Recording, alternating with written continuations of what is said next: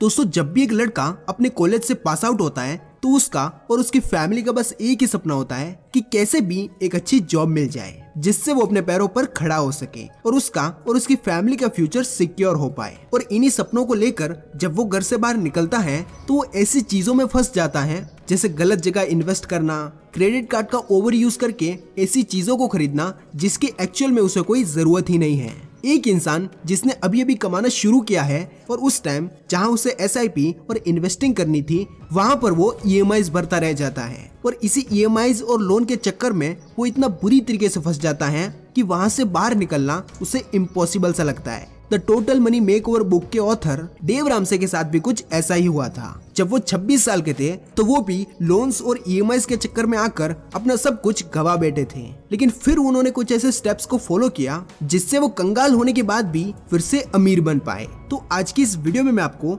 Dave Ramsay के द्वारा लिखी गई book the total money makeover से 5 ऐसे प्रैक्टिकल स्टेप्स बताने वाला हूँ जिन्हें फॉलो करके आप अपना कर्ज खत्म कर पाएंगे। तो अगले 6-7 मिनट इस वीडियो को ध्यान से देखना, क्योंकि अगर आप अपनी 20s या फिर 30s में हो तो इस बुक के लेसन्स आपके लिए लाइफ चेंजिंग हो सकते हैं। तो शुरू करते हैं। तो सबसे पहला स्टेप है इमरजेंसी फंड। दोस्तों कई बार आपके साथ ये हुआ होगा कि बारिश का टाइम चल रहा है और आपको कहीं जाना है और आप बहुत ही दिल से ये विश कर रहे होंगे कि यार जब मैं बाहर निकलूं ना तो बारिश नहीं होनी चाहिए, लेकिन जैसे ही आप बाहर निकलते हैं तो बारिश होने लग जाती है। कई बार लोग गाड़ी चला रहे होते हैं, ट्रैफिक में फंसे होते हैं और जिस लाइन में वो फंसे होते हैं उस लाइन को छोड़कर आजू बाजू की लाइंस आगे बढ़ने लगती है और जैसे ही वो दूसरी लाइन में घुसते हैं तो वो लाइन भी स्टक हो जाती है। तो इससे हमें यही पता चलता है कि if anything that can go wrong will go wrong, यानी अगर कोई चीज गलत हो सकती है तो वो गलत जरूर होगी। तो समझदारी ये है कि हम उसके लिए प्रिपेयर रहें। चलिए इसे समझने के लिए हम एक और एग्जांपल लेते हैं। तो ये है राहुल,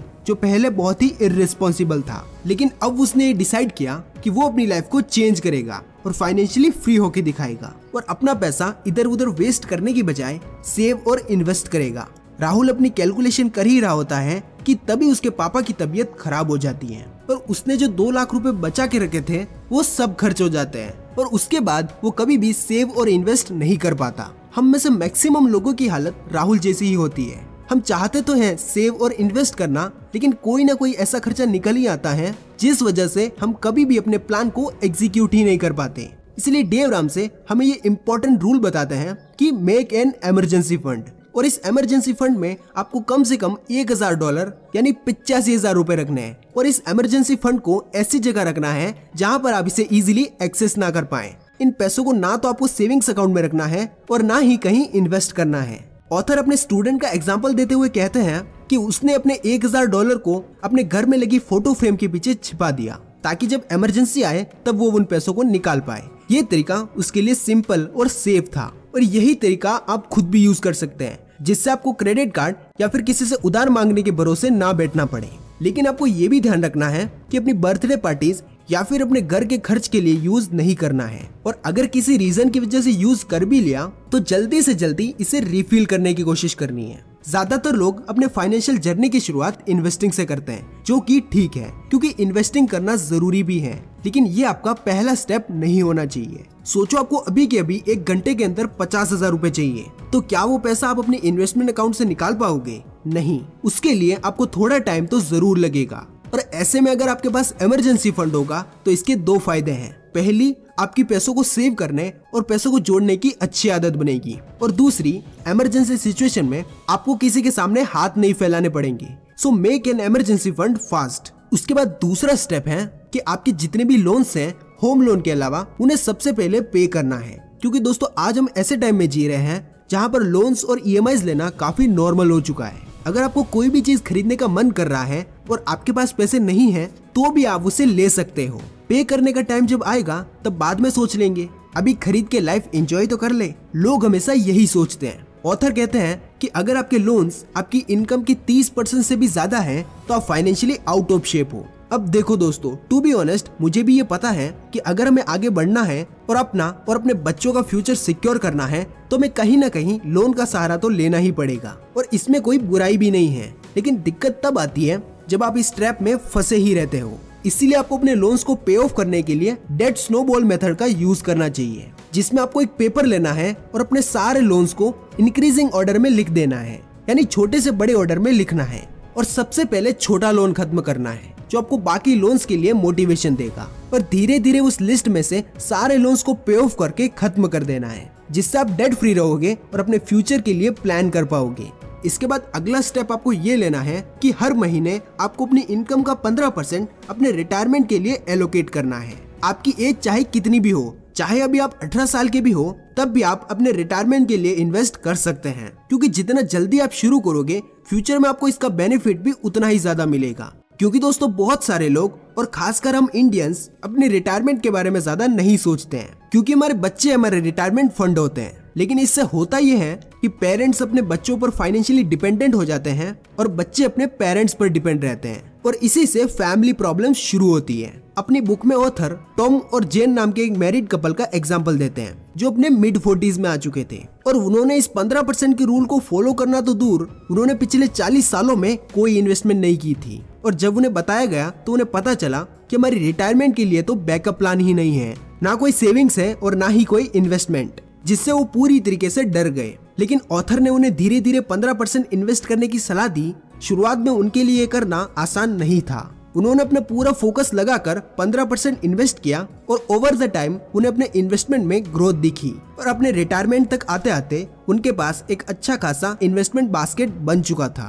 दोस्तों, हम अपनी जवानी में जो कुछ भी करते हैं उसका फायदा या नुकसान हमें अपने बुढ़ापे में दिखता है, लेकिन ज्यादातर लोग अपने करियर के शुरुआत में ही एक्सपेंसिव लाइफस्टाइल और मटेरियलिस्टिक चीजों पर ज्यादा ध्यान देते हैं, जबकि स्टार्टिंग में ही हमें अपनी इनकम का 10 से 15% इन्वेस्ट करना चाहिए। क्योंकि इन्वेस्टमेंट में आप जितना ज्यादा म्यूचुअल फंड और इंडेक्स फंड में इन्वेस्टेड रहोगे, आपको उतने ही अच्छे रिटर्न्स मिलेंगे। फिर इसके बाद जब आपने अपना इमरजेंसी फंड बिल्ड कर लिया और आप डिसिप्लिन के साथ अपने रिटायरमेंट अकाउंट में इन्वेस्ट करते हो, तो इसके बाद आपको अगला स्टेप ये लेना है कि आपको अपने बच्चों के एजुकेशन के लिए प्लान करना है।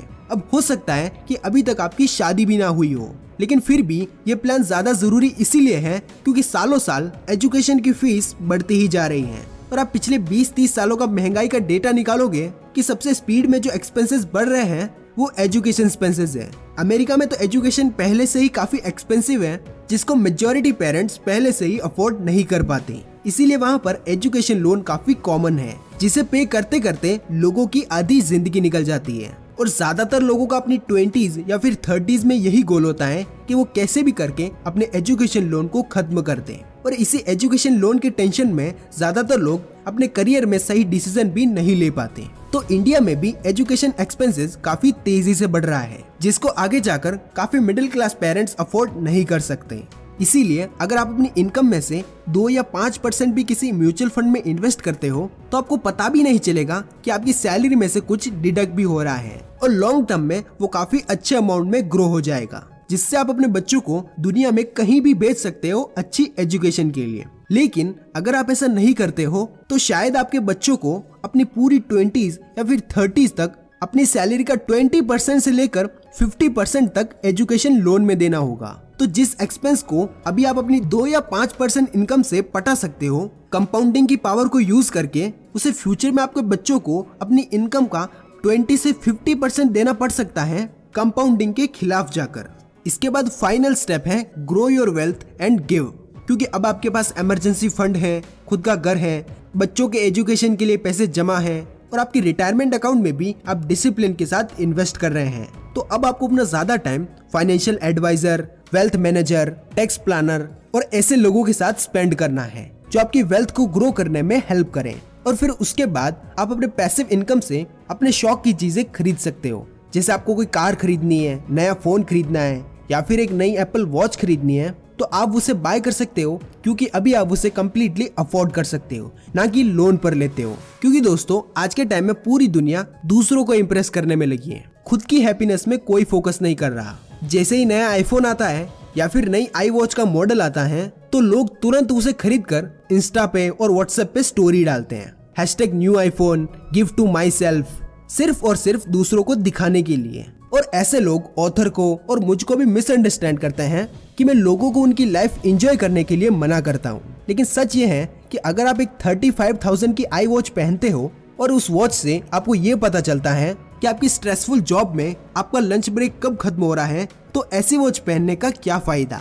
उससे अच्छी तो मेरी 5,000 की वॉच है जिसे पहन के मैं बिंदास टेंशन फ्री होके अपने घर के बाहर गार्डन में एंजॉय करता हूँ और अपनी फैमिली के साथ क्वालिटी टाइम स्पेंड करता हूँ। तो इसीलिए if you live like no one else today, later you can live like no one else. अब दोस्तों, आप ऐसे कई सारे लोगों को जानते होंगे जो फाइनेंशियली स्ट्रगल कर रहे हैं क्योंकि उनके ऊपर बहुत ही बड़े लोन का टेंशन है।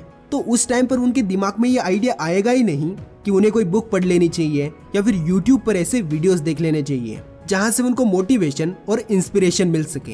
और उनके यूट्यूब के होम पेज पर आपको प्रैंक वीडियोस और कॉमेडी वीडियोस ही देखने को मिलेंगे। इसीलिए शायद यही रीजन है कि अमीर लोग और भी अमीर होते रहते हैं और गरीब लोग और भी गरीब। इसीलिए राइट टाइम पर राइट एडवाइस मिल जाना बहुत ही जरूरी होता है। तो ये वीडियो आप उन दोस्तों को शेयर करो जिनको इसकी जरूरत है और उनको भी एजुकेट करो।